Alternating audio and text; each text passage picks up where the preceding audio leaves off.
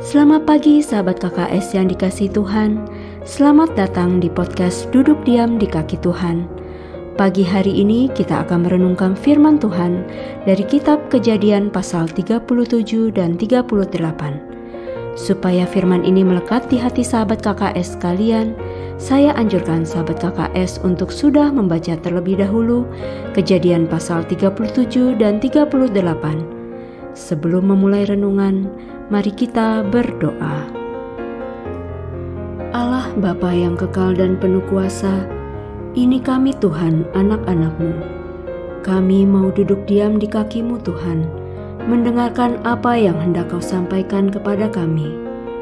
Kami mau buka mata hati dan telinga kami untuk firman-Mu. Roh Kudus, tolong kami untuk kami semakin lebih memahami isi hati Tuhan kami. Amin. Kejadian 37.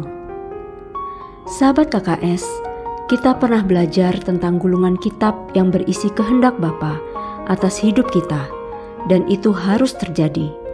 Itulah mengapa Yusuf mendapat mimpi tentang berkas-berkas gandum saudaranya mengelilingi dan menyembah berkas gandum Yusuf. Yusuf juga bermimpi matahari, bulan, dan 11 bintang menyembah kepada Yusuf. Tuhan tahu Yusuf bakal dibuang saudara-saudaranya dan dijual kepada orang Ismail oleh karena iri hati. Mari kita simak Kisah Para Rasul 7 ayat 9. Karena iri hati, bapa-bapa leluhur kita menjual Yusuf ke tanah Mesir, tetapi Allah menyertai dia. Mimpi yang dari Tuhan biasanya tidak akan dilupakan. Ada hati yang baik atas Yusuf.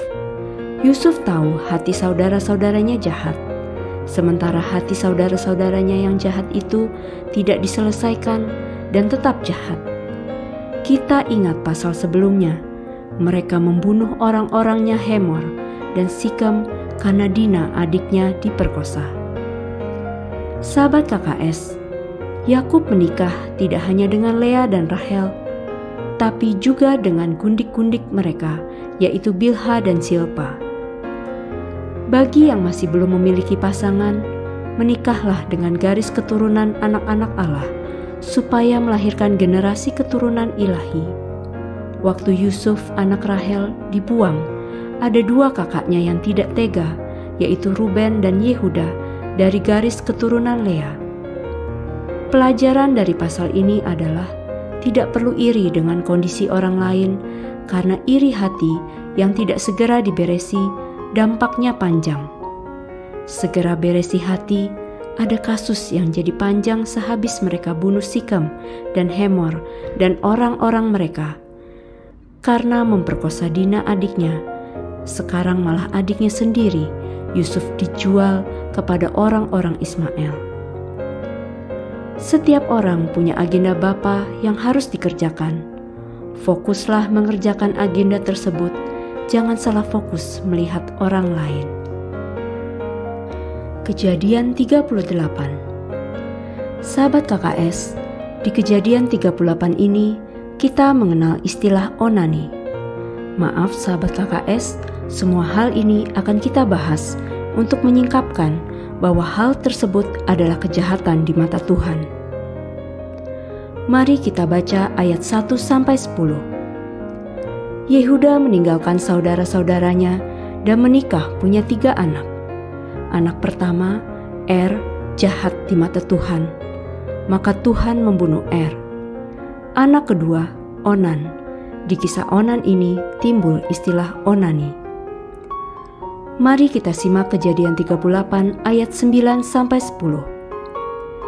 Tetapi Onan tahu bahwa bukan ia yang empunya keturunannya nanti.